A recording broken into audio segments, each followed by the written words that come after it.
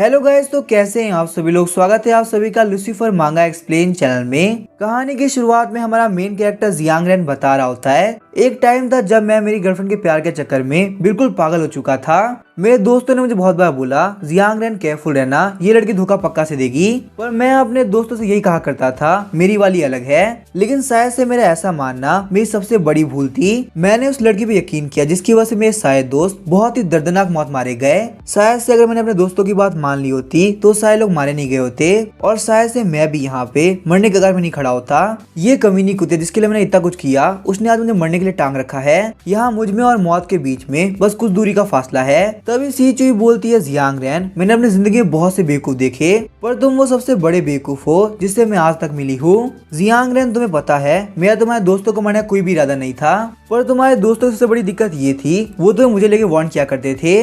मुझे हमेशा ये लगा करता था कि वो पक्का से मेरे प्लान को फ्लॉप कर सकते हैं, लेकिन वो तुम्हारी बेवकूफी थी जिसकी वजह से तुम्हारे चालाक दोस्त ही मारे गए। जियांग रेन, तुम्हें कैसा लग रहा है अपने प्यारे दोस्तों की मौत की वजह बनके? वो प्यारे दोस्त जो कि तुम्हारे लिए अपनी जान देने तक को तैयार थे, और सच में ये बात तो माननी पड़ेगी, एक तरह से तुमने उनकी जान ले भी ली। जियांग रेन बोलता, कमीनी कुतिया कही कि तूने जो मेरे साथ में किया है ना, उसके लिए तू बहुत ही गंदी मौत मरेगी।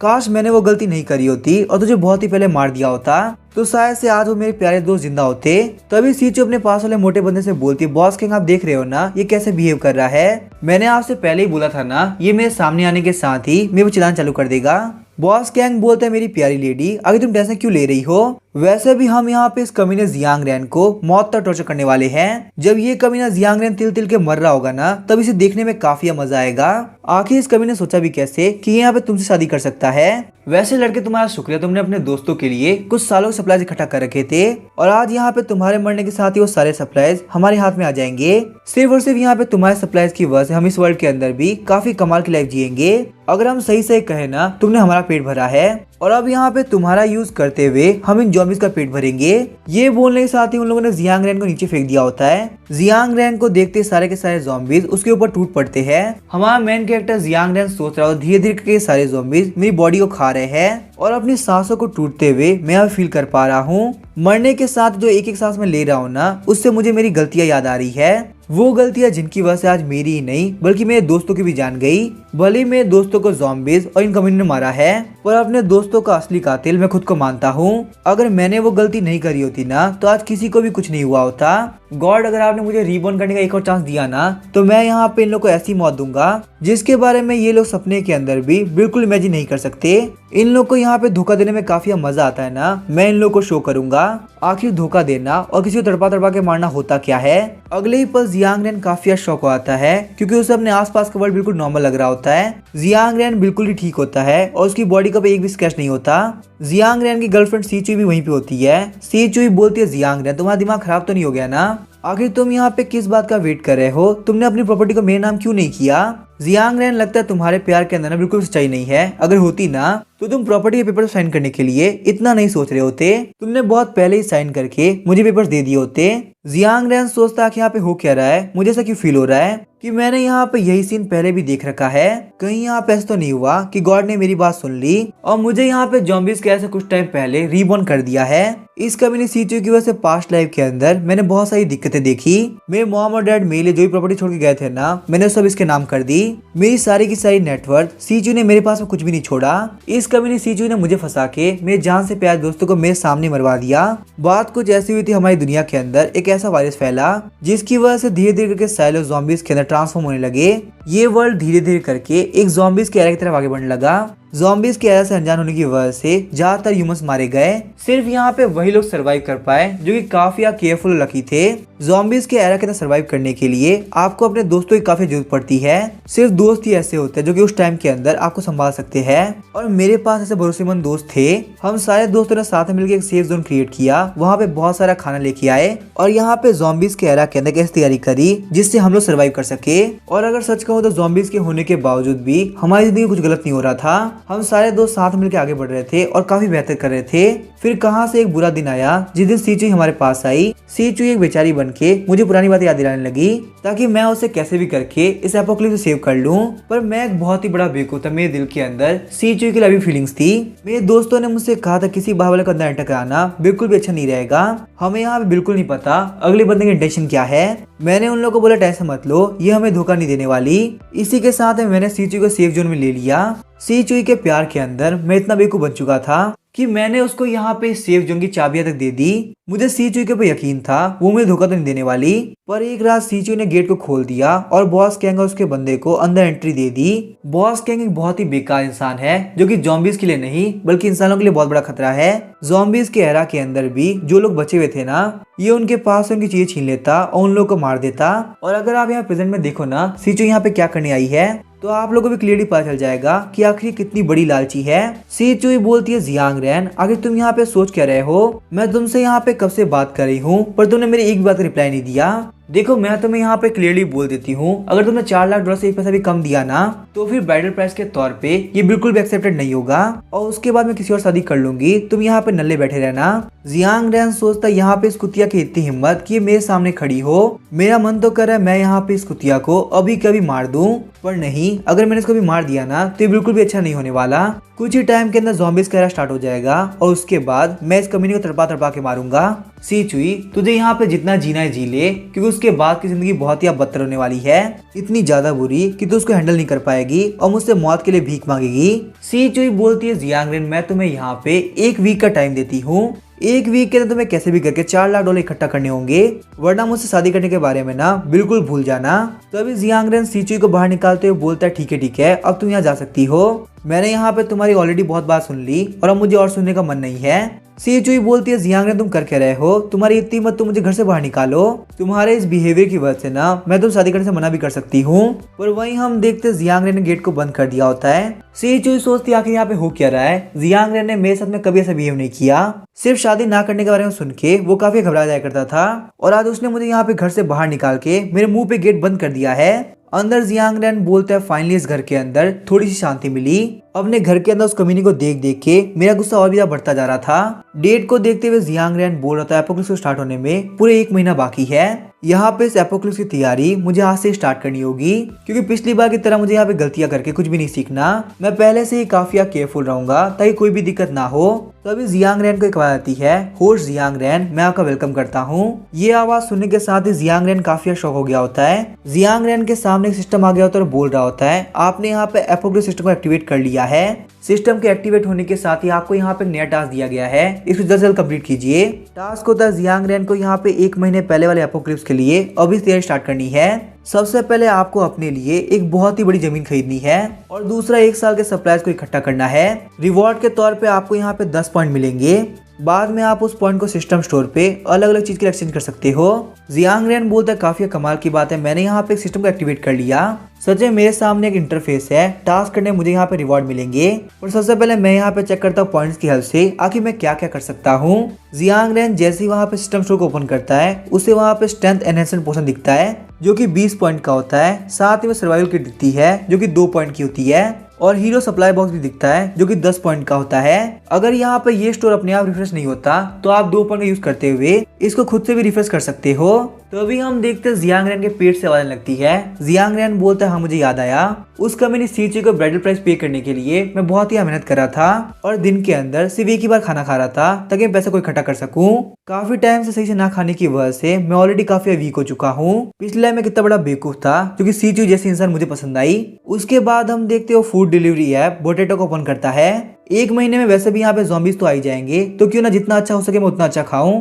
उसके बाद तो वैसे भी यहाँ पे लिमिटेड रिसोर्सेज रहेंगे तो सोच समझ के खाना पड़ेगा। मुझे काफी टाइम हो चुका सही से खाए हुए, तो मैं यहाँ पे काफी कुछ ऑर्डर करने वाला हूँ। थोड़ी देर बाद हम देखते हैं माइकल के घर पे बहुत सारा खाना आ गया होता है। माइकल बोलता है यहाँ पे ये सब कुछ मैंने एक 5 स्टार रेस्टोरेंट से मंगाया है। सच में मैं यहाँ पे क्लियरली देख सकता हूँ ये सारा खाना देखने में काफी टेस्टी लग रहा है। इस रेस्टोरेंट की एक डिश $300 की है, मैं भी तो टेस्ट करूँ आखिर कैसी लगती है। जैसे जियांग रैन खाने को टेस्ट करता है उसे काफी अच्छा फील होता है। जियांग रेन बोलते खाना बहुत ही टेस्टी है, मैंने अपनी पूरी जिंदगी के अंदर ऐसा खाना कभी नहीं खाया। इसी वजह से मैं यहाँ पे सोचो महंगा होने के बावजूद भी ये रेस्टोरेंट इतना क्यों चलता है, क्योंकि यहाँ पे इनके टेस्ट के अंदर एक अलग ही बात है। उसके बाद हम देखते हैं जियांग रेन काफी स्पीड से सारा खाना खाने लगता है। मैं यहाँ पे इस खाने को खाने के लिए ना बिल्कुल वेट नहीं कर सकता। तभी जियांग रेन के फोन पे कॉल आता है। जियांग रेन बोलता कि कौन है जो कि मुझे खाना खाने के टाइम में डिस्टर्ब कर रहा है। जियांग रेन बोलता अच्छा तो वो कम्युनिटी सी चुई अपनी दोस्त के पास में रोती हुई गई है और अब यहाँ पे उसकी दोस्त मुझे फोन करके ये बताएगी कि मैं ये हूँ मैं वो हूँ। सी चुई ने मुझे अपना बॉयफ्रेंड बना के एक बहुत बड़ा उपकार कर दिया है। सच में सी चुई उसके आसपास के लोग बहुत बड़ा सरदर्द है, चलो मैं फोन उठा ही लेता हूँ। सी चुई की फ्रेंड चिल्लाते हुए बोल रही थी जियांग रेन आखिर ये कैसा बिहेवियर था, तुमने सी चुई को ऐसा ट्रीट किया कि वो यहाँ पे मेरे सामने आके रो रही है। सी चुई ने क्या ही गलत बोला, वो यहाँ पे तुम्हें बोल रही कि तुम प्रूव करो कि तुम उससे प्यार करते हो। अगर इसमें क्या ही गलत है, तुम उसको अपनी फैमिली की प्रॉपर्टी नहीं दे पा रहे तो अगर तुम ये कैसे बोल सकते हो कि तुम सी चुई से प्यार करते हो। तुम्हें यहाँ पे सी चुई से ज्यादा अपनी फैमिली की प्रॉपर्टी से प्यार है। सी चुई को यहाँ पे तुम्हारी प्रॉपर्टी रियलिटी में नहीं चाहिए थी, वो बस यहाँ पे तुम्हें टेस्ट कर रही थी और तुम इस टेस्ट के अंदर फेल हो चुके हो। अगर तुम यहाँ पे प्रॉपर्टी के कागज और $1 मिलियन लेके आते हो और सी चुई के सामने घुटनों में बैठ के माफी मांगते हो तो शायद से वो मान जाए, वरना मैं भी यहाँ पे सी चुई को नहीं मना पाऊंगी। तुम्हारा ब्रेकअप पक्का से होके रहेगा। ध्यान सोच लो सी चुई तुम्हारा प्यार है, क्या तुम इसको छोड़ना चाहोगे। चिल्लाते हुए जियांग रेन बोलता फालतू बात करना बंद करो, तुम्हें किसने हक दिया कि तुम यहाँ पे मेरे सामने चिल्ला सको। तुम्हारे सी चुई के अंदर काफी घमंड है, आखिर वो खुद को समझती क्या है। वो कोई ऐश्वर्या राय नहीं है जो कि मैं उसके लिए मरने बैठूंगा और उसके टेस्ट को पास करूंगा। तुम सारे कमीने भाड़ में जाओ, मुझे यहाँ पे तुम लोगों से कोई लेन देन नहीं रखना। सी चुई की फ्रेंड बोलती है जियांग रेन आखिर तुम मुझसे कैसे बात कर रहे हो, लेकिन तभी हम देखते हैं जियांग रेन ने फोन काट दिया होता है। जियांग रेन बोलता है वैसे अगर देखा तो सी चुई और उसके लोग मेरे लिए कोई बड़ी दिक्कत नहीं है, सबसे बड़ी दिक्कत है मुझे अपने सिस्टम के टास्क को जल्द से जल्द कंप्लीट करना होगा। एक जमीन खरीदने के बाद में मुझे एक बहुत ही मजबूत घर बनाना होगा, बिल्कुल एक किले की तरह जो कि माउंटेन्स के आसपास हो, जहाँ पे अटैक करना भी काफी मुश्किल हो और फॉरेस्ट और पानी भी काफी करीब हो। सिर्फ यहाँ पे ऐसा सेटअप बना के ज़ॉम्बी के एरा के अंदर मैं अपने दोस्तों को सेव कर पाऊंगा। यहाँ पे इस लाइफ के अंदर मैं वो गलती नहीं दोहराने वाला जो कि मैंने पिछली लाइफ में करी थी। आगे हम देखते हैं जियांग रेन प्रॉपर्टी खरीदने के लिए आ गया होता है। वहाँ पे एक लेडी बोलती है सर आपको घर को रेंट करना है या फिर आप यहाँ पे घर खरीदने के लिए आए हैं, आप यहाँ पे जो बोलेंगे ना मैं आपको वैसी प्रॉपर्टी दिखाऊंगी। जियांग रेन बोलता नहीं तुम यहाँ पे गलत समझ रही हो, मैं यहाँ पे ना तो घर खरीदने के लिए आया हूँ और ना ही प्रॉपर्टी को रेंट करने के लिए आया हूँ। तभी वहाँ पे एक बंदा आते हुए बोलता है जियाओनिंग आखिर तुम यहाँ पे क्या कर रही हो, जाओ प्लीज जो बॉक्सेस पड़े हैं ना उनको उठा के लाओ। वैसे भी आज यहाँ पे हमारे ऑफिस के अंदर बहुत सारे टॉयलेट पेपर आए हैं। ये बंदा होता है इस रियल एस्टेट कंपनी का सेल्स मैनेजर जिसका नाम होता है मैनेजर जू। जियाओनिंग बोलती है मैनेजर जू मैं यहाँ पे क्लाइंट को अटेंड कर रही हूँ तो इसी वजह से मेरे लिए अभी ये काम कर पाना बिल्कुल पॉसिबल नहीं होगा। मैनेजर जू बोलते जियाओनिंग मैंने कहा था ना ऐसे कस्टमर के ऊपर ध्यान मत देना, सच में तुम्हें यहाँ पे काम के बारे में कुछ भी नहीं पता, अफरार से यहाँ पे काम के ऊपर चली जाओ, ऐसे कस्टमर ध्यान देने लायक नहीं होते। जियाओनिंग बोलती है फिर भी सर ये हमारा क्लाइंट है ना, हमें यहाँ पे ऐसे बिहेव नहीं करना चाहिए। मैनेजर जू बोलते एक बार यहाँ पे ध्यान से देखो इसके कपड़े कितने सस्ते हैं, ये तो हमारी रियल एस्टेट कंपनी का ना टॉयलेट पेपर भी अफोर्ड नहीं कर सकता, तो ये तुम्हें कौन से एंगल से क्लाइंट दिखता है, इसके ऊपर टाइम वेस्ट कराना बहुत बड़ी बेवकूफी होगी। इसी वजह से मैंने जो तुम्हें काम बोला है चुपचाप से वो जाके करो। जियांग रेन बोलता कि तुम क्या बोल रहे हो, क्या तुम मुझे यहाँ पे काफी कम समझ रहे हो। जियांग रेन की बातों को सुन के मैनेजर जू काफी शॉक हो गया होता है। मैनेजर जू बोलता कि तुम हो कौन, मैं तुम्हें कम क्यों समझूंगा, तुम्हारे जैसे कचरे लोग के बारे में ना मैं कुछ सोचता ही नहीं हूँ। मैं तुम्हें प्रॉमिस करता हूँ अगर तुम यहाँ पे हमारी कंपनी का टॉयलेट पेपर अफोर्ड कर पाए ना तो मैं यहाँ पे तुम्हारे सामने टॉयलेट से निकली हुई फ्रेश गोल्डन जेली खाऊंगा। जियांग रेन बोलता जो कि तुम्हें यहाँ पे गोल्डन फ्रेश जेली खाने का काफी मन कर रहा है ना तो मैं तुम्हें इंश्योर करता हूँ तुम्हें पक्का से यहाँ पे गोल्डन जेली खानी पड़ेगी। मिस रियलिटी में बात ये है मैं यहाँ पे किसी भी घर को रेंट करने के लिए नहीं आया और ना ही मुझे कोई घर खरीदना या बेचना है, बल्कि मैं यहाँ पे आप लोग के पास से एक जमीन खरीदने के लिए आया हूँ। शौक होते सारे बंदे बोलते क्या ये बंदा यहाँ पे जमीन खरीदने के लिए आया है। मैंने यहाँ पे इस रियल एस्टेट कंपनी के अंदर पहली बार इसको बोलते हुए देखा है कि वो यहाँ पे जमीन खरीदने के लिए आया है। ये बंदा बिल्कुल भी छोटा मोटा इंसान नहीं हो सकता, पक्का से ये बहुत ही अमीर है। जियाओनिंग बोलते ठीक है सर आप मेरे पास में आइए, मैं आपको यहाँ पे जमीनों के बारे में बहुत ही डिटेल में समझाती हूँ, आपको पक्का से हमारी रियल एस्टेट कंपनी के अंदर कोई ना कोई जमीन पसंद आई जाएगी। मैनेजर जू बोलता है यहाँ पे लंबी लंबी तो कोई फेंक लेता है, रियल दिक्कत तब आती है ना जब किसी को पेमेंट करनी होती है। मैं यहाँ पे ये बात मान सकता इस कमीने के पास में पैसा हो सकता है, ये पक्का से यहाँ पे फेंक रहा है और जब पेमेंट करने की बारी आएगी ना तो ये बोले मुझे जमीन पसंद नहीं। आगे जियाओनिंग बोलते सर ये देखिए हमारे पास में ये सारी जमीनें हैं, आप यहाँ पे एक एक करके जमीन देखिए, मैं उन सबका इंट्रोडक्शन आपके सामने करती हूँ, मुझे यकीन है इनमें से कोई ना कोई आपको पक्का से पसंद आ जाएगी। जियांग रेन बोलता मिस जियाओनिंग आपको यहाँ पे ये सब करने की बिल्कुल जरूरत नहीं, मैं आपको यहाँ पे क्लियरली बता देता हूँ ना कि आगे मुझे किस तरह की जमीन चाहिए। इस तरीके से आपका भी टाइम वेस्ट नहीं होगा और मेरा भी टाइम वेस्ट नहीं होगा। जियांगनिंग बोलते ठीक है सर बताइए, मैं आपको उसके हिसाब से जमीन दिखाऊंगी। जियांग रैन बोलता मुझे ऐसी जमीन चाहिए जिसके पास में माउंटेन्स और रिवर्स हो, जिसकी वजह से आगे चल के बिना पानी के सोर्स की बिल्कुल कमी ना हो। एक ऐसी जमीन जहाँ पे ट्रांसपोर्टेशन भी काफी इजी हो, वो जगह फॉरेस्ट के काफी करीब होनी चाहिए। मुझे वहाँ पे एक फैक्ट्री सेटअप करनी है और साथ में अपना घर भी बनाना है, तो वो जमीन काफी बड़ी भी होनी चाहिए। मिस जियांगनिंग बोलती है सर एक मिनट रुकिए, मैं आपको देख के बताती हूँ। पक्का से यहाँ पे हम लोग के पास में ना कोई जमीन तो होगी ही। मैनेजर बोलते ईस्टर्न डिस्ट्रिक्ट के पास में हमारे पास एक ऐसा प्लॉट है ना, वो प्लॉट मिस्टर जियांग रैन के सारे रिक्वायरमेंट कंप्लीट करता है। वहाँ पे माउंटेन्स भी है, रिवर्स भी है और फॉरेस्ट के बीच में भी आता है। वो जमीन काफी बड़ी भी है, तो उसके अंदर फैक्ट्री और घर दोनों आ जाएंगे। शौक होते जियांगनिंग बोलते ईस्टर्न डिस्ट्रिक्ट, पर यहाँ पे वो जमीन देना बिल्कुल ठीक नहीं रहेगा। मैं मानती हूँ वो प्लॉट काफी बड़ा है, पर वो टी लीफ टाउन के अंदर है। मिस्टर जियांग रैन को शायद से ही वो प्लॉट पसंद आएगा, और उसमें भी हम लोगों ने फैक्ट्री कंस्ट्रक्शन स्टार्ट कराया था और वो अनफिनिश्ड पड़ा हुआ है।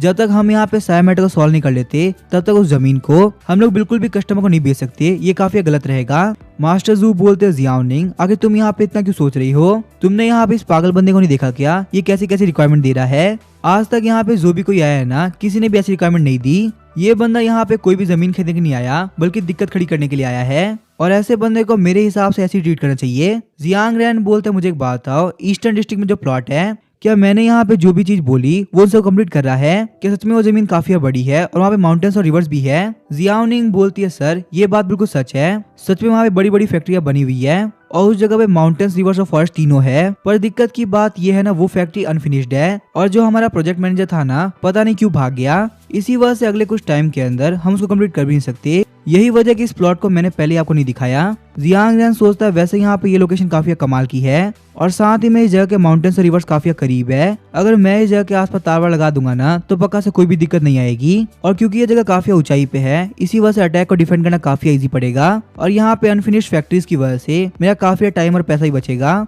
शायद से मैं यहाँ पे इस जगह ज़ॉम्बीज़ के आने से पहले रेडी भी करा सकता हूँ। जियांग रैन बोलता है मुझे प्लॉट काफी पसंद आया, इसी वजह से मैं कांटेक्ट करना चाहता हूँ। तुम अपने पेपर्स लेके आ जाओ, मैं यहाँ पे अभी कभी पे कर दूंगा। जियांगनिंग बोलती है ठीक है सर, मैं पेपर्स को लेके आती हूँ। पर तभी शौक होती है जियांगनिंग बोलती है एक मिनट के सर, आपने क्या बोला? आप यहाँ पे ये फैक्ट्री खरीद रहे हैं, पर आपको ये बात पता है ना उस लैंड के अंदर जितनी फैक्ट्रीज है वो सब की सब अनफिनिश्ड है, तो शायद से यहाँ पे वो फैक्ट्री जाकर किसी काम नहीं आने वाली। और प्लस में वो जो लोकेशन है ना, वो काफी दूर है, तो क्या आपको यहाँ पे ये बात चलेगी? जियांग रैन बोलता है हाँ मुझे चलेगा, वैसे मुझे यहाँ पे ऐसी जमीन चाहिए थी और फटाफट से कॉन्ट्रैक्ट लेके आओ ताकि मैं यहाँ पे कर सकूँ। यहाँ पे पास में कोई बंदा खड़ा है जो कि फ्रेश गोल्डन जेली खाने के लिए बिल्कुल भी वेट नहीं कर सकता। क्यों मैनेजर जू, मैं बिल्कुल ठीक कह रहा हूँ ना? पेमेंट होने के बाद मैनेजर जू काफी शॉक हो गया होता है, आखिर ये पॉसिबल कैसे है? कोई बंदा इतना पागल कैसे हो सकता है? आज तक मैंने यहाँ पे किसी बंदे को डिपॉजिट के तौर पे $30,000 देते हुए नहीं देखे। ये बंदा यहाँ पे एक फालतू जमीन के ऊपर मिलियंस ऑफ डॉलर खर्च कर रहा है। ये जगह ना तो सिटी के पास में है और ना ही किसी हाईवे करीब। साथ ही में यहाँ पे इस जगह के ऊपर कुछ खास कंस्ट्रक्शन भी नहीं हो रखा, बस वहाँ पे कुछ अनफिनिश्ड फैक्ट्रियाँ पड़ी है। क्या मैंने यहाँ पे वो शर्त लगा के बहुत बड़ी गलती तो नहीं कर दी?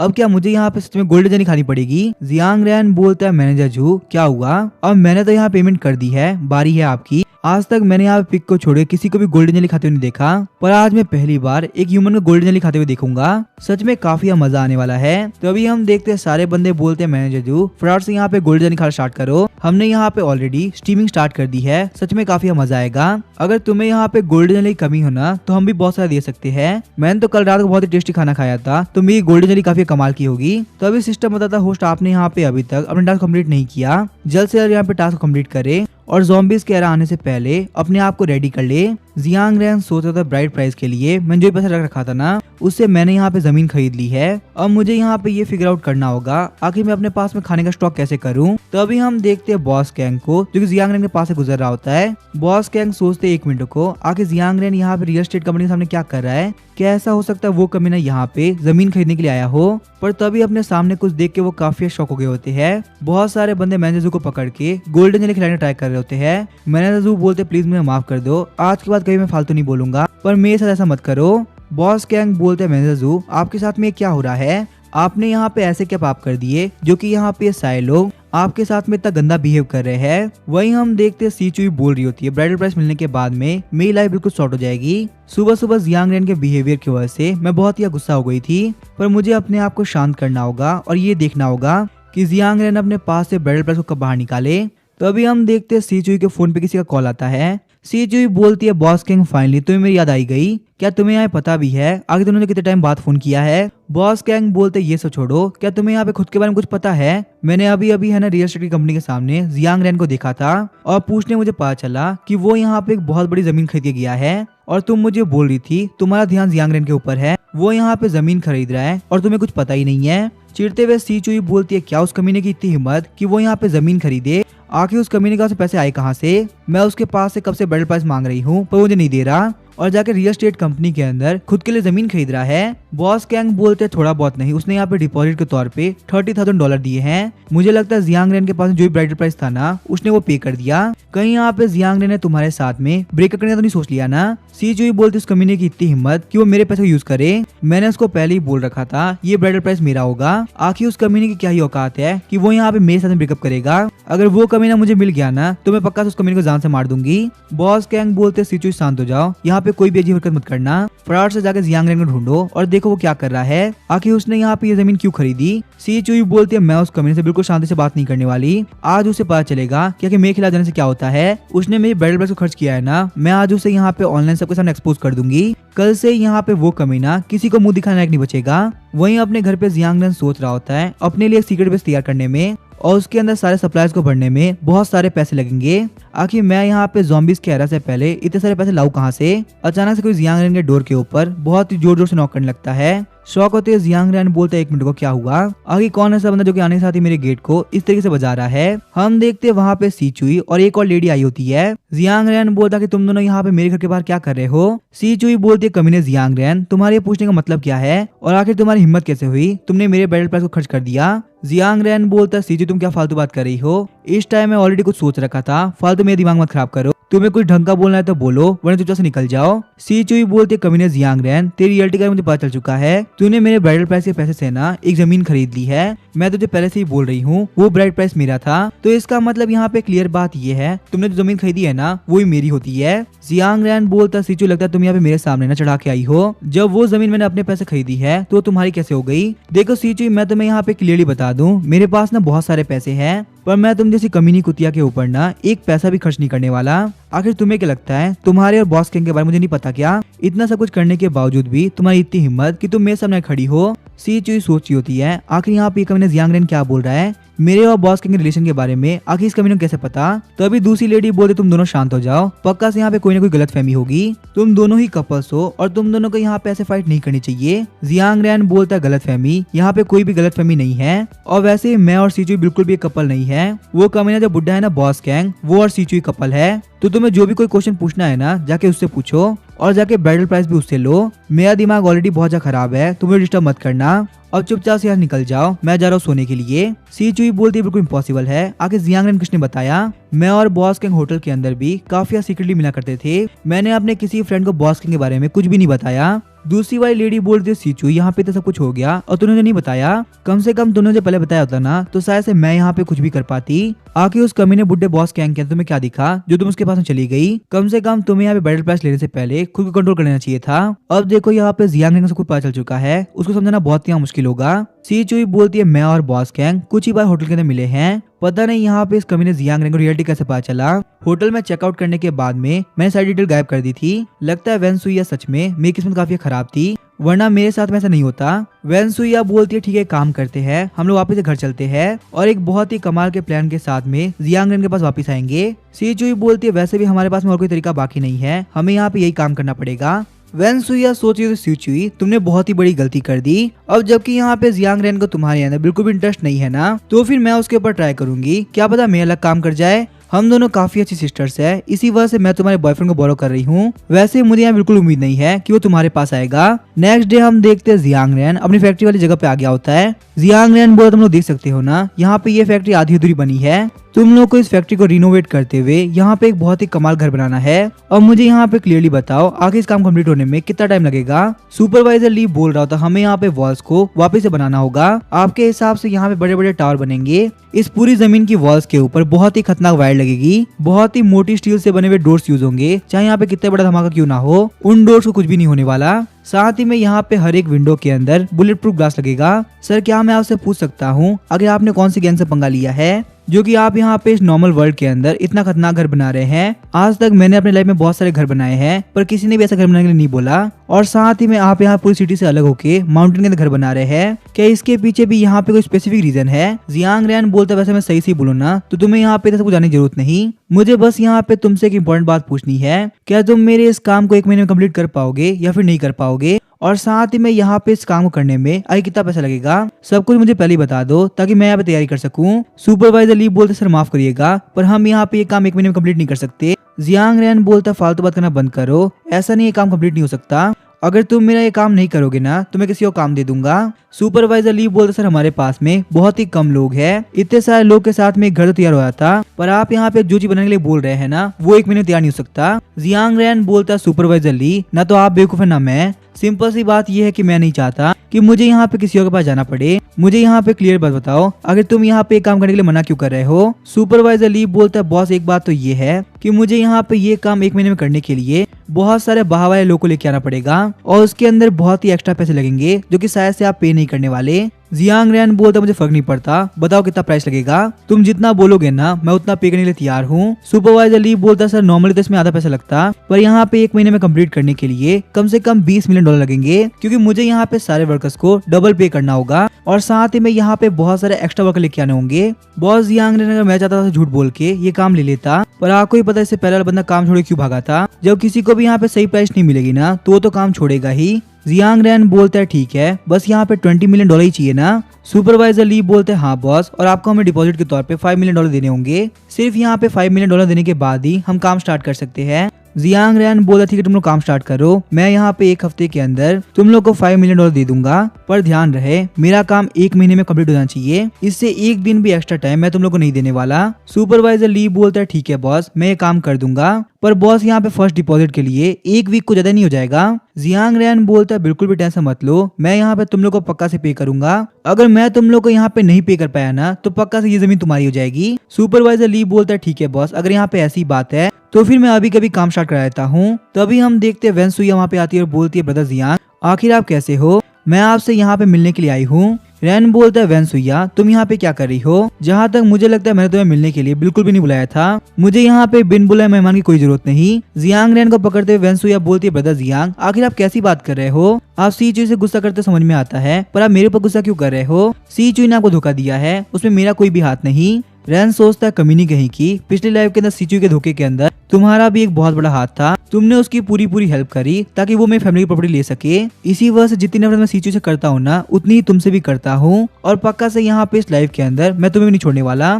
जियांग रैन गुस्सा करते हुए बोलते मैंने बोला ना आखिर तुम यहाँ पे क्या कर रही हो? मैंने तुम्हें यहाँ पे नहीं बुलाया था, ये मेरी जगह है। वेंसुया बोलती ब्रदर जियांग क्या ये वो जमीन है जो कि आपने अभी कुछ टाइम पहले खरीदी थी? सच में यहाँ की सीनरी काफी कमाल की है, क्या आप यहाँ पे एक विला बनाने वाले हैं? प्लीज मुझे ये जमीन दिखाओ ना, मुझे यहाँ पे पूरी जगह घूमना है। हाथ झटकते हुए जियांग रैन बोलता है मैं यहाँ पे क्या बनाने वाला हूँ क्या नहीं, उससे तुम्हारा कोई भी लेन देन नहीं है। और पहली बात तुम्हें यहाँ पे किसने इन्वाइट किया जो तुम यहाँ मुंह उठा के आ गई? सच में तुम दोनों बहनों में बिल्कुल शर्म नहीं है, चाहे तुम्हें कितनी भी लात क्यों ना मार दो, तुम लोग बार बार मेरे पास में दौड़ी दौड़ी आती हो, क्या तुम लोग के अंदर बिल्कुल भी शर्म नहीं है? वेंसुया सोच रही होती है आखिर यहाँ पे जियांग रैन को हुआ क्या, वो मेरे साथ में इतना अजीब बिहेव क्यों कर रहा है, आखिर ये सी चीज से क्यों गुस्सा है वो मुझे समझ में आता है, पर ये मुझ पे गुस्सा क्यों कर रहा है? पहले जब मैं इसे टच करती थी ना तो इस तरह का मैं कुछ नहीं बोल पाता था, पर आज इतने करीब आने के बावजूद भी रैन ने बिल्कुल भी रिएक्ट नहीं किया और उल्टा मुझे यहाँ पे काफी बुरा बोला। मुझे बहुत ही गुस्सा आ रहा है। तो अभी जियांग रैन आगे बढ़ते बोला तुम लोग काम सही से करो, मुझे यहाँ पे गेट काफी बड़ा चाहिए, इतना छोटा गेट नहीं चलेगा। वेंसुया बोलती है जियांग रैन कहाँ जा रहे हो, क्या तुम मुझे यहाँ पे इग्नोर करने वाले हो? वेंसुया सोचती है चाहे कुछ भी क्यों ना हो जाए मैं यहाँ पे ये मौका नहीं छोड़ने वाली।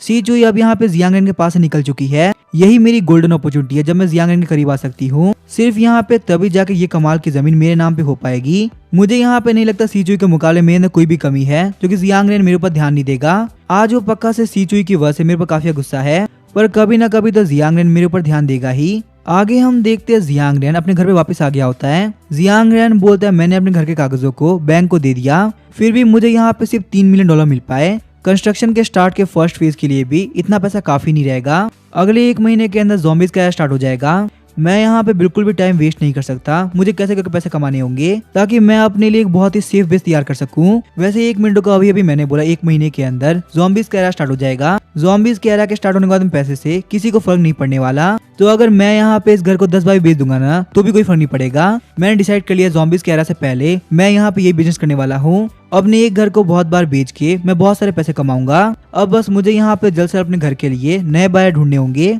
गेट पे नॉक करते हुए कोई बोलता है फटाफट से गेट खोलो। जियांग रैन मुझे यहाँ पे तुमसे बहुत ही जरूरी बात करनी है।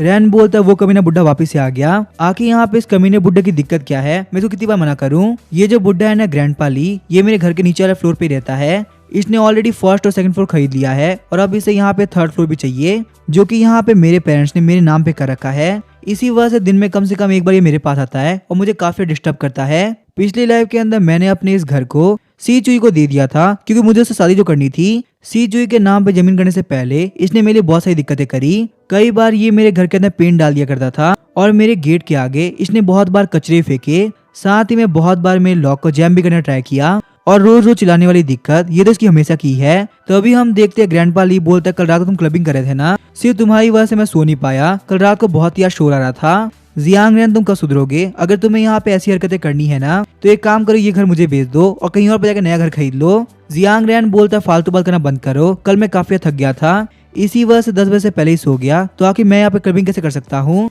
मैं मानता हूँ आप बूढ़े हो चुके हो और काफी सटिया चुके हो, पर आपकी ये सारी फालतू बातें ना मैं बिल्कुल नहीं सुनने वाला। ग्रैंडपा ली बोलते मैं कुछ नहीं जानता, मैंने तुम्हारे घर से आवाज़ सुनी और वो क्लबिंग की थी या किसी और चीज की, मुझे फर्क नहीं पड़ता, पर सिर्फ यहाँ पे तुम्हारी वजह से मेरी नींद काफी डिस्टर्ब हुई। जियांग रैन पहले भी मैंने तुम्हें बोल दिया है मैं बहुत ही शांत इंसान हूँ, मेरी शांति को टेस्ट मत करो क्योंकि जब मैं फटूंगा ना तो बहुत ही गंदा फटूंगा। शायद से तुम जैसा यंग मैन मेरी बातों को बिल्कुल बर्दाश्त नहीं कर पाए, इसी वजह से मैं तुम्हें यहाँ पे क्लियरली बोल रहा हूँ अगर तुम रोज रोज ये नहीं चाहते तो चुपचाप से अपना ये घर मुझे बेच दो, मैं तुम्हें काफी अच्छी प्राइस दे दूंगा। जियांग रैन बोलता है ठीक है शांत हो जाओ, मुझे पता है तुम्हें घर चाहिए, मैं यहाँ पे तुम्हारी हरकतों की वजह से काफी परेशान हो चुका हूँ, अब मुझे भी यहाँ पे इस घर में नहीं रहना, मैं तुम्हें पक्का से ये घर भेज दूंगा, मुझे कोई भी दिक्कत नहीं है। शौक आती है ग्रैंडपा ली बोलते जियांग रैन क्या तुम सच बोल रहे हो? आज से पहले जितनी बार मैंने तुमसे पूछा तुमने मुझसे मना किया है, आखिर आज यहाँ पे ऐसा क्या हुआ जो कि तुम घर बेचने को तैयार हो? कहीं तुम्हें उस लड़की सीचू ने छोड़ तो नहीं दिया ना?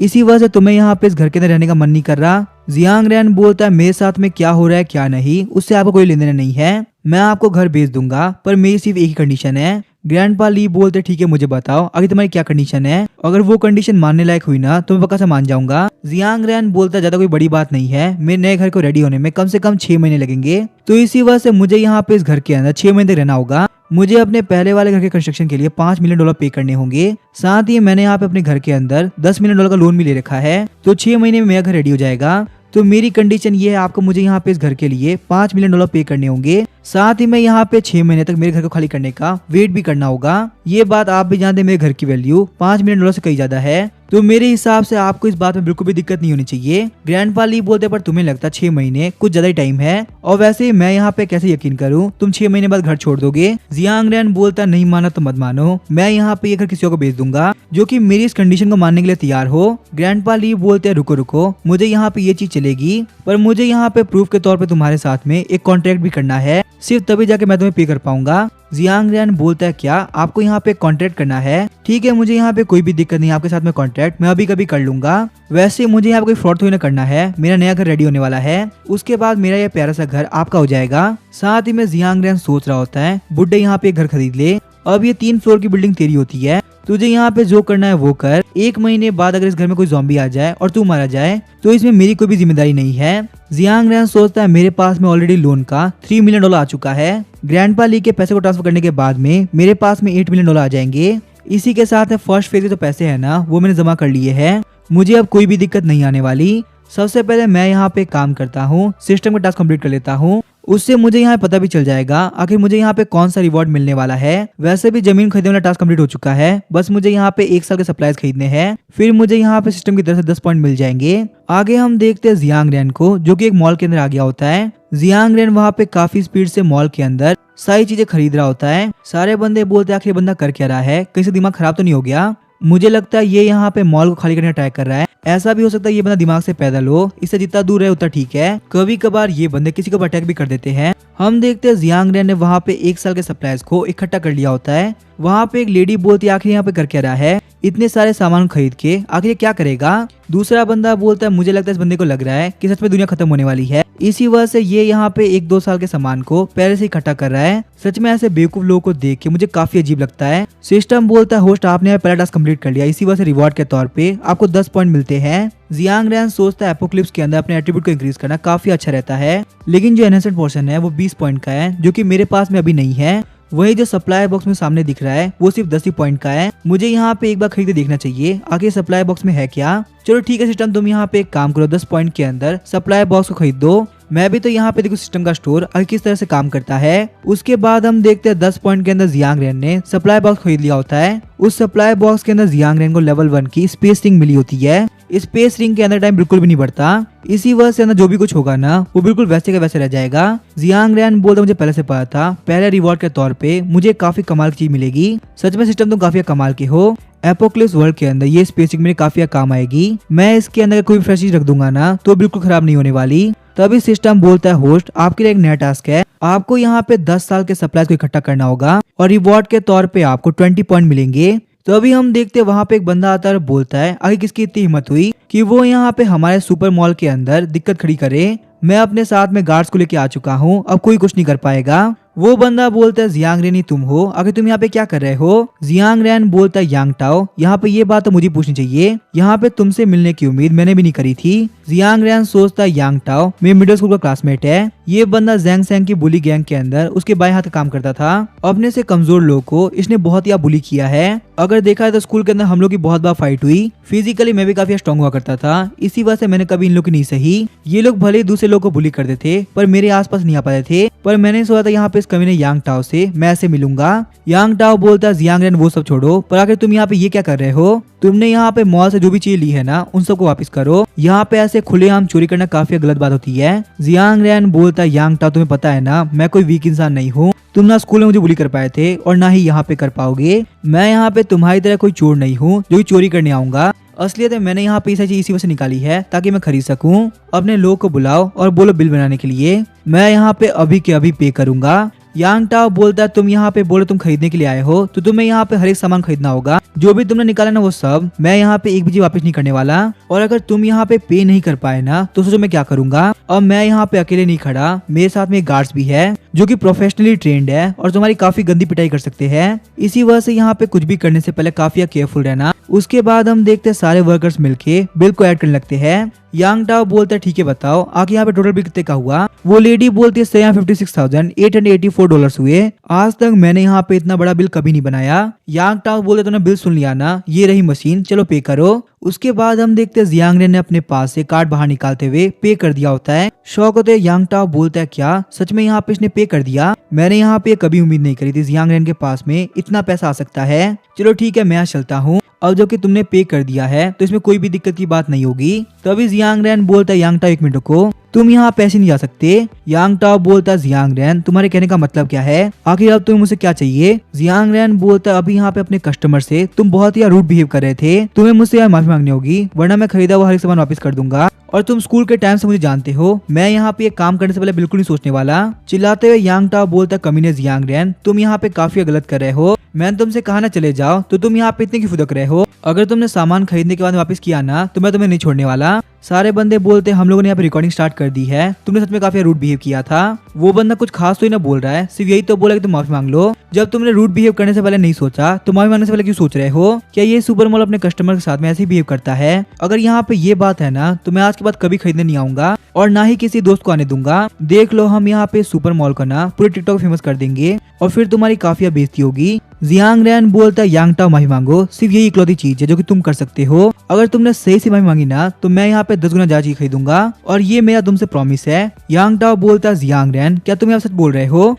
जियांग रैन बोलता है अगर तुम्हें यहाँ पे यकीन नहीं ना तो तुम अपनी मशीन लेके आओ और मेरा बैलेंस चेक कर लो, फिर तुम्हें क्लियरली यकीन हो जाएगा कि आखिर मेरे पास में कितने पैसे हैं। जैसे ही जियांग रैन कार्ड को स्वाइप करता है यांग टाओ काफी शॉक हो गया होता है, आखिर मैं यहाँ पे क्या देख रहा हूँ, मुझे अपनी आंखों पे बिल्कुल भी यकीन नहीं हो रहा। तुम्हारे अकाउंट के अंदर $7 मिलियन है। जियांग रैन आखिर तुम्हारे पास में इतने पैसे आए कहाँ से। जियांग रैन बोलता है यांग टाओ माफी मांगो और मैं यहाँ पे बहुत सारी चीज खरीदूंगा। अगर मैंने यहाँ पे तुम्हारे पास सामान नहीं खरीदा ना तो तुम्हें जो करना वो कर देना, मैं तुम्हें बदले में कुछ नहीं करने वाला। यांग टाओ सोचता जियांग रेन यहाँ पे 10 गुना ज्यादा खरीदने की बात करा है और उसके लिए मुझे यहाँ पे थोड़ी बेइज्जती सहने पे चलेगा, मुझे इसके अंदर कोई भी दिक्कत नहीं है। यांग टाओ बोलता जियांग रेन प्लीज मुझे माफ कर दो, मुझे यहाँ पे ऐसे बिहेव नहीं करना चाहिए था। जियांग रेन बोलता ठीक है इस बार के लिए मैं तुम्हें माफ कर देता हूँ, पर आज के बाद अगर तुमने ये गलती करी तो तुम्हारे लिए बिल्कुल अच्छा नहीं होने वाला। तुम्हें यहाँ पे ये चीज बिल्कुल नहीं सोचनी चाहिए, सारे लोग बिल्कुल तुम्हारी तरह गरीब है, कुछ लोग के पास में इतना पैसा होता है ना कि वो तुम्हें ऊपर से नीचे तक खरीद ले। यांग टाओ बोलता है ब्रदर जियांग रेन आखिर तुम यहाँ पे इतनी सारी क्यों खरीद रहे हो। जियांग रेन बोलता है यांग टाओ तुम्हारा उससे कोई भी लेन देन नहीं है, तुम ये कह सकते हो मैं यहाँ पे ये सारी चीजें एक बहुत ही इंपॉर्टेंट काम के लिए खरीद रहा हूँ। यांग टाओ बोलता है एक बहुत बड़े काम के लिए,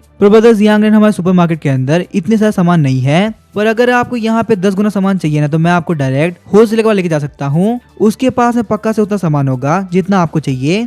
जियांग रेन बोलता है और जो कि तुम्हारे पास में एक सुपरमार्केट है तो तुम यहाँ पे एक बहुत ही ढंग के होलसेलर जानते होगे जो कि मेरा काम कर सके। यांग टाओ बोलता है ब्रदर जियांग रेन आपको जैंग सेंग तो याद ही होगा ना, वो भी हमारा क्लासमेट था, अब यहाँ पे उसने होलसेल बिजनेस स्टार्ट कर दिया है, उसके पास में पक्का से बहुत सारा सामान होगा, मैं अभी उसको कांटेक्ट करता हूँ, वो पक्का से आपका काम कर देगा। उसके बाद हम देखते हैं यांग टाओ फोन करते हुए बोलता है ब्रदर जी मेरे पास में एक बहुत बड़ा क्लाइंट है, ये जो क्लाइंट है ना ये आपसे एक बहुत ही बड़ा ऑर्डर खरीदेगा, इतना बड़ा ऑर्डर जिसके बारे में आपने बिल्कुल भी इमेजिन नहीं किया होगा। मैं उस क्लाइंट को ना बहुत ही जल्दी आपके पास लेके आने वाला हूँ, तो आप भी जल्दी से अपने होलसेल गोडाउन पहुंच जाओ, इतने बड़े ऑर्डर को मिस करना आपके लिए बहुत बड़ा लॉस होगा। जियांग रेन सोचता ये कमीना यांग टाओ अभी भी जैंग सेंग का कुत्ता बना हुआ है, पता नहीं यहाँ पे सुपरमार्केट और होलसेल के बिजनेस की हेल्प से इन लोगों ने कितना सारा ब्लैक मनी इकट्ठा कर लिया होगा। ये लोग यहाँ पे इतने ईमानदार तो नहीं है कि कोई भी काम बिल्कुल सही से करे। थोड़ी देर बाद हम देखते हैं जियांग रेन और यांग टाओ होलसेल ऑफिस पहुंच गए होते हैं, तभी हम देखते हैं उन लोग के सामने एक ब्लैक कलर की मर्सिडीज आके रुकती है।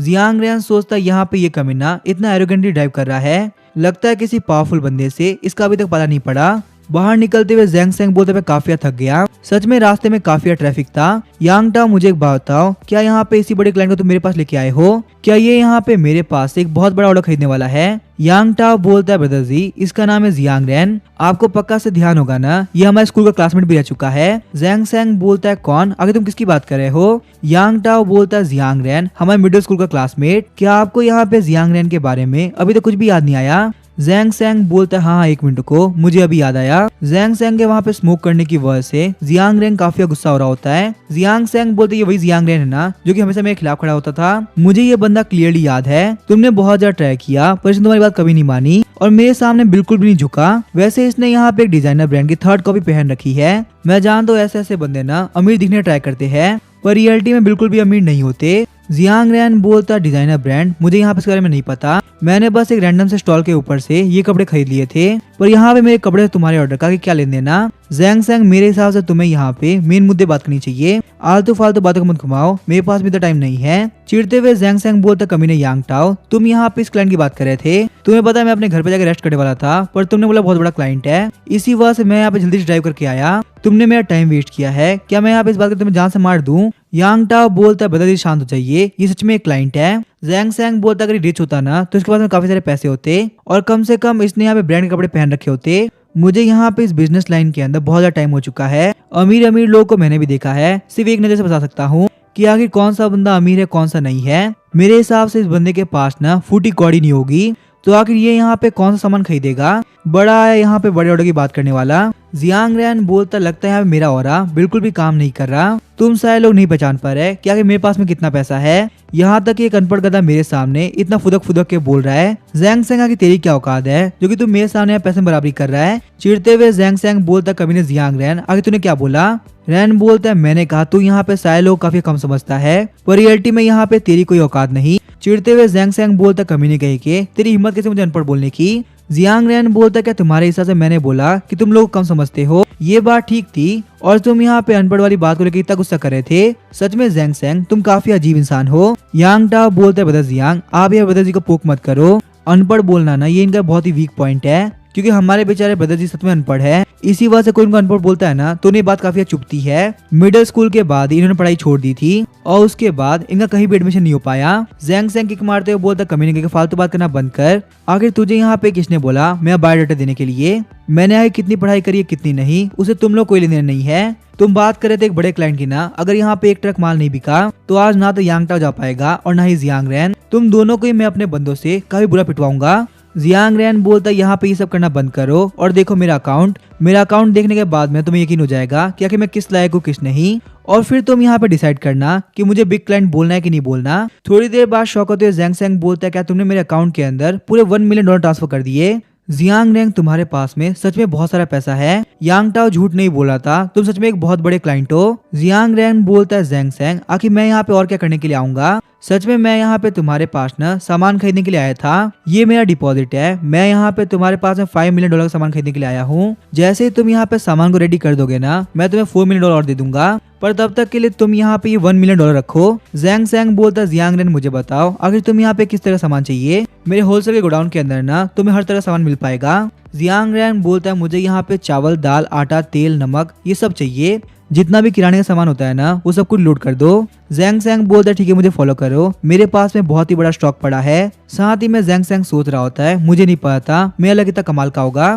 अभी यहाँ पे थोड़े टाइम पहले एक्सपायर्ड फूड का पूरा लॉट मेरे पास में आया था, मैं यहाँ पे इस कमीने जियांग रैन को वो पूरा लॉट बेच दूंगा, इससे मेरा एक बहुत ही कमाल का प्रॉफिट हो पाएगा। थोड़ी देर बाद वो जियांग रैन को लेके गोडाउन के अंदर आ गया होता है। जियांग रैन अगर तुम मेरे पास सारा सामान ले लेते हो ना तो मैं तुम्हें 10% ऑफ दूंगा, पूरे मार्केट के अंदर कहीं भी चले जाओ तुम्हें यहाँ पे इस प्राइस का सामान नहीं मिल पाएगा, तो मुझे बताओ क्या तुम यहाँ पे इस लॉट खरीदोगे? जियांग रैन बोलता है मैं यहाँ पे सामान खरीदूंगा या नहीं खरीदूंगा ये क्वालिटी के ऊपर डिपेंड करता है, अगर तुम्हारी क्वालिटी कमाल की हुई ना तो अभी कभी खरीद लूंगा, और अगर नहीं हुई तो मुझे यहाँ पे दूसरा लॉट दिखाओ। पैकेट को देखते हुए जियांग रैन बोल रहा होता है बाहर की लेयर को छोड़ के अंदर का जो भी सामान है ना वो सब कुछ एक्सपायर्ड है। जैंग सैंग तुम यहाँ पे मेरे सामने चीप ट्रिक खेल रहे हो, क्या तुमने मुझे यहाँ बेवकूफ समझ रखा है जो कि मैं मिलियंस ऑफ डॉलर का सामान खराब खरीदूंगा? अगर तुम्हें यहाँ पे यही सारी हरकतें करनी है ना तो मैं इस ऑर्डर को अभी कैसे कर देता हूँ, उसके बाद तुम्हें जिसको बेचना हो बेच देना, मुझे कोई फर्क नहीं पड़ता। जैंग सैंग सोचता है मुझे नहीं पता था यहाँ पे इस कंपनी को बिजनेस करना आता होगा, इसने यहाँ पे एक बार देखती बता दिया कि यहाँ पे सारा सामान एक्सपायर्ड है।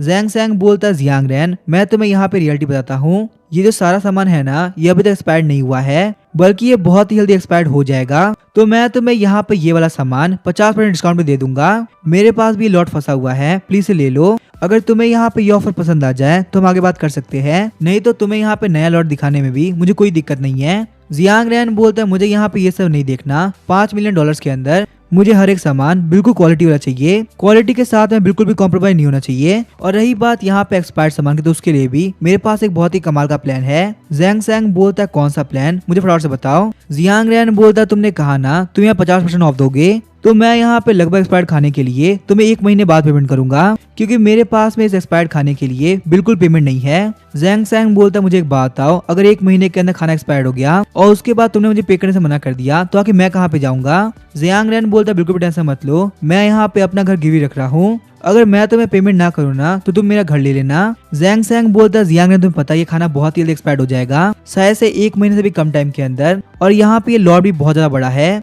तो मुझे बताओ आखिर तुम यहाँ पे 1 महीने से कम टाइम के अंदर ये खाना कैसे बांटोगे? क्या तुम्हारे पास में एक बहुत ही बड़ी टीम है जो कि ओरिजिनल के साथ में एक्सपायर को मिलाएगी? जियांग रैन बोलता है कोई भी टीम नहीं है, यहाँ पे जो करूंगा मैं अकेले करूंगा, और ये सबका सब खाना ना मैं खुद के लिए ले रहा हूँ। देखो जैंग सैंग मैं तुम्हें क्लियर बता दूं, ये तो फिर भी एक्सपायर्ड नहीं हुआ, पर सिर्फ यहाँ पे कुछ दिनों के अंदर ही एक्सपायर्ड खाने की वैल्यू भी बहुत ज्यादा बढ़ने वाली है, तो तुम भी यहाँ पे उस खाने को इकट्ठा करके रखो, तुम्हारा काफी फायदा होगा। घबराते हुए जैंग सैंग बोलता जियांग रैन तुम्हारे कहने का मतलब क्या है, आखिर यहाँ पे एक्सपायर्ड खाने की वैल्यू क्यों ही बढ़ेगी? जियांग रैन बोलता है जैंग सैंग क्वेश्चन पूछना बंद करो, बस मैं तुम्हें यहाँ पे जो एड्रेस भेज रहा हूँ उसके ऊपर सारा खाना डिलीवर कर देना, रही बात तुम्हारे पेमेंट की तो वो तुम्हारे पास पक्का से पहुंच जाएगा, तुम बिल्कुल भी टेंशन मत लो। तो अभी हम देखते हैं जियांग रैन के पास में एक कॉल आया होता है, अगला बंदा बोलता आप मिस्टर जियांग बोल रहे हैं ना? जियांग रैन बोलता है हाँ मिस्टर जियांग हूँ, पर आखिर आप कौन बोल रहे हैं? अगला बंदा बोलता है मिस्टर जियांग आप अपना घर बेच रहे हैं ना, तो मुझे आपके घर को खरीदना है, आखिर मैं आपसे कब मिल सकता हूँ? जियांग रैन बोलता है जैंग सैंग मुझे यहाँ पे एक बहुत इंपॉर्टेंट काम याद आया है, मैं जा रहा हूँ अपना काम करने के लिए, मेरे खाने का ध्यान रख लेना, और जैसे डिलीवर हो जाए ना उसके बाद मैं तुम्हें पेमेंट कर दूंगा। यांग टाओ बोलता है बदल आपने देखा ना मैंने आपके साथ में कोई भी स्कैम नहीं किया, सच में यहाँ पे जियांग रैन के पास में बहुत सारा पैसा आ चुका है। जैंग सैंग बोलता है मुझे पता है जियांग रैन की फैमिली ना बहुत ही ऑर्डिनरी थी, तो आखिर यहाँ पे जियांग रैन के पास में इतना पैसा आया कहाँ से? तो अभी हम देखते हैं कोल्डमैन को जो कि बोल रहा था मिस्टर जियांग ये रहे $4 लाख, यहाँ पे डिपॉजिट के तौर पे मैं आपको इसको पे कर रहा हूँ, आपने कहा था ना आप यहाँ पे इस घर को 3 महीने बाद खाली करेंगे, मुझे कोई भी दिक्कत नहीं है, आप बस ये कॉन्ट्रैक्ट साइन कर दीजिए। जियांग रैन सोचता है यहाँ पे इस ओल्ड मैन ने घर को सही से देखा भी नहीं, पर वो यहाँ पे $4 लाख दे के कॉन्ट्रैक्ट को साइन करना चाहता है। आखिर यहाँ पे इस ओल्ड मैन की जल्दबाजी के पीछे मेन रीजन क्या है? जियांग रैन बोलता सर मुझे एक बात बताइए, आखिर आप यहाँ पे इतनी जल्दबाजी में क्यों है? यहाँ पे कॉन्ट्रैक्ट और पैसे की बात घर देखने बाद भी हुआ थी। ओल्ड मैन बोलता अगर मैं सही से बोलूँ ना तो मेरी जो ग्रैंड डॉटर है उसको अपने स्कूल को ट्रांसफर करना है और वो यहाँ पे सिटी में आने वाली है, तो इसी वजह से मुझे यहाँ पे पास की लोकेलिटी के अंदर अर्जेंट घर चाहिए। यही वजह कि मैंने घर नहीं देखा और फटाफट से पे कर दिया। सही बताओ तो मैं यहाँ पे इस एरिया के अंदर कब से घर ढूंढ रहा था, पर बहुत ट्राई करने के बावजूद भी मुझे घर नहीं मिला। मिस्टर जियांग आपने बता रखा था कि आप घर बेचने वाले हैं, इसी वजह से मैं फटाफट से आ गया और मैंने यहाँ पे $4 लाख पे भी कर दिए। अब प्लीज आप यहाँ पीछे मत हटिए, ये मेरी ग्रैंड डॉटर करियर का सवाल है। जियांग रैन बोलता सर आपने यहाँ पे मेरे सामने सब कुछ बोल दिया, क्या आपको नहीं लगता आपकी मजबूरी को देखते हुए मैं यहाँ पे प्राइस काफी इंक्रीज कर सकता हूँ? क्योंकि वैसे भी आपको यहाँ पे इस लोकेलिटी के अंदर घर चाहिए और घर आपको मिल नहीं रहा, सिर्फ मैं बेच रहा हूँ, तो मैं जो मांगूंगा आप वो देंगे। घबराते हुए ओल्ड मैन बोल रहा था मिस्टर जियांग प्लीज ऐसा मत करना, मैं अपनी पूरी सेविंग्स को इकट्ठा करते हुए ये घर खरीद रहा हूँ, मेरे पास में और पैसे नहीं होंगे पे करने के लिए, प्लीज आप यहाँ पे इस गरीब के साथ बिल्कुल गलत मत करो, मेरे पास में इस घर को खरीदने के सिवा और कोई भी चारा नहीं है। जियांग रैन बोलता सर बिल्कुल ऐसा मत लो, मैं यहाँ पे प्राइस नहीं बढ़ाने वाला और ना ही बैकआउट करूंगा। उसके बाद हम देखते हैं जियांग रैन ने वहाँ पे कॉन्ट्रैक्ट को साइन कर दिया होता है। खुश होते ओल्ड मैन बोलता है काफी कमाल की बात है, फाइनली 3 महीने बाद ये घर हमारा हो जाएगा और मैं अपनी ग्रैंड डॉटर को विलेज से वापस लेके आ पाऊंगा। मिस्टर जियांग का थैंक यू, अब मैं आपको और डिस्टर्ब नहीं करने वाला, आपने यहाँ पे घर की श्योरिटी दे के मेरा एक बहुत बड़ी दिक्कत सॉल्व कर दी, मैं आपको यहाँ पे जितना थैंक यू बोलो ना उतना कम है। जियांग रैन बोलता सर आप ध्यान रखना, आप बिल्कुल भी ऐसा मतलब मैं यहाँ पे घर किसी को नहीं बेचने वाला। साथ ही में जियांग रैन सोच रहा होता है ये ओल्ड मैन काफी अच्छा इंसान है। रही बात इसकी ग्रैंड डॉटर की, तो वो यहाँ पे नेक्स्ट मंथ पक्का नहीं बचने वाली। ज़ॉम्बीज़ के अटैक के सर्वाइव करना किसी के लिए भी पॉसिबल नहीं होगा। आखिर मैं यहाँ पे क्या करूँ, क्या मैं इनकी हेल्प कर सकता हूँ? तभी जियांग रैन बोलता सर 1 मिनट रुकिए, मुझे यहाँ पे आपसे कुछ कहना था। ओल्ड मैन बोलता मिस्टर जियांग क्या हुआ? जियांग रैन बोलता सर प्लीज आप अपना एड्रेस दे दीजिए ताकि मैं आपसे बाद में इजीली कांटेक्ट कर सकूं। आगे हम देखते हैं जियांग रैन वापस से अपने प्लॉट पे आ गया होता है। सुपरवाइजर ली बोलता है सर आखिर यहाँ पे सेकंड पेमेंट कब आएगी? जियांग रैन बोलता है टेंशन मत लो, मैं यहाँ पेमेंट कर दूंगा और बहुत ही जल्दी कर दूंगा, पर आखिर यहाँ मेरे घर का काम कैसे चल रहा है? सुपरवाइजर ली बोलता सर सही से बोलो ना, तो यहाँ पे 70-80% काम हो गया। यहाँ के जो डोर्स है वो काफी स्ट्रॉन्ग बने हैं, चाहे कोई कितना ही पावरफुल क्यों ना हो वो यहाँ पे डोर्स को नहीं तोड़ पाएगा। जियांग रैन बोलता है ठीक है, और वेयर हाउस का क्या? सुपरवाइजर ली बोलते हैं वेयर हाउस एक अनफिनिश फैक्ट्री है जिसको हमने सही से साफ सुथरा करके उसको फिनिश कर दिया है और वो यहाँ पे वेयर हाउस के तौर पे बड़ी से काम आ जाएगा। जियांग रैन बोलता चलो ठीक है, तुमने यहाँ पे काफी बढ़िया काम किया। उसके बाद वो फोन करते हुए बोलता है जैंग सैंग तो ना सामान भिजवा दो, मेरा वेयर हाउस रेडी हो चुका है, उसके अंदर सारा सामान रखा जा सकता है। आगे हम देखते हैं जियांग रैन के वेयर हाउस के अंदर सारा सामान आ गया होता है। सारे बंदे बोलते काफी कमाल की बात है, यहाँ पे ये बंदा इतना सब कोई इकट्ठा कर रहा है। मैं जब यहाँ पे अंदर एंटर कर रहा था ना तब मैं काफी शॉक हो गया, ऐसा लगा कि मैं यहाँ पे दूसरी कंट्री के बॉर्डर के अंदर आ चुका हूँ। सच में यहाँ पे अमीर लोग के शौक काफी अजीब होते हैं। जियांग रैन बोलता जितना फ्रेश सामान है ना उसको अलग जगह स्टोर करना और जिस सामान के अंदर कम एक्सपायरी डेट है उसको एक अलग ही जगह रखना ताकि मैं यहाँ पे सही से पता लगा सकूं। बंदा बोलता है ठीक है बॉस टेंशन मत लीजिए, हम यहाँ पे सही से रखेंगे। काम कंप्लीट होने के बाद जियांग रैन बोलता है फाइनली मैंने यहाँ पे 10 साल का स्टॉक कर लिया है। सिस्टम बोलता है होस्ट आपने यहाँ पे टास्क कंप्लीट कर लिया, रिवॉर्ड के तौर पे आपको यहाँ पे 20 पॉइंट मिलता है। जियांग रैन बोलता है यहाँ पे सिस्टम के स्टोर के अंदर एक और नया बॉक्स आ चुका है जो कि अवेकनिंग एबिलिटी का। सच में मैं यहाँ पे काफी लकी हूँ जो ज़ॉम्बीज़ की एरा की शुरुआत से पहले एबिलिटी को अवेकन कर पा रहा है। 10 पॉइंट खर्च करते हुए जियांग रैन को माइंड साइड नाम की एबिलिटी मिली होती है जिसकी हेल्प से जियांग रैन ये देख सकता है कि सामने वाले बंदे पे यकीन किया जाए या नहीं। जियांग रैन बोलता है यहाँ पे ये एबिलिटी काफी काम आएगी, इसकी हेल्प से मैं अपने साथ वाले लोग को चूज कर सकता हूँ। मुझे यहाँ पे ये पता चल जाएगा कौन यकीन करने लायक है और कौन यकीन करने लायक नहीं है। उसके बाद सिस्टम बोलता है होस्ट आपके लिए यहाँ पे एक नया टास्क है, आपको अपने आप को फुली आर्म्ड करना होगा, जितने वेपन्स हो सके उतने अपने पास भर लो। रिवॉर्ड के तौर पे आपको 10 पॉइंट प्लस एक रैंडम रिवॉर्ड मिलेगा। जियांग रैन बोलता है काफी कमाल की बात है, मैं यहाँ पे ज़ॉम्बीज़ एरा के स्टार्ट से पहले इतना ज्यादा आगे बढ़ चुका हूँ कि अपने दोस्तों को प्रोटेक्ट करने में और कमीने लोगों को तड़पा तड़पा के मारने में मुझे कोई भी दिक्कत नहीं होने वाली। अब इसके आगे मैं क्या करूंगा वो आप देखोगे नेक्स्ट एपिसोड के अंदर। अगर ये वीडियो पसंद आए तो चैनल सब्सक्राइब करके वीडियो को लाइक कर देना। Thank you.